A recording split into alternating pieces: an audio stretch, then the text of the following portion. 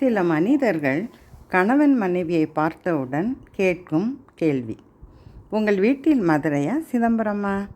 மதுரை என்றால் மனைவியின் ஆட்சியாம், சிதம்பரம் என்றால் கணவனின் ஆட்சியாம். வீட்டில் ஆணாதிக்கமும் வேண்டாம், பெண்ணாதிக்கமும் சரிப்படாது. இருவரும் இணைந்து ஆட்சி செய்யும் போதுதான் நல்லாட்சி நடக்கும் வீட்டிலே. இல்லறம் நல்லறமாக விளங்க என்ன செய்ய வேண்டும்?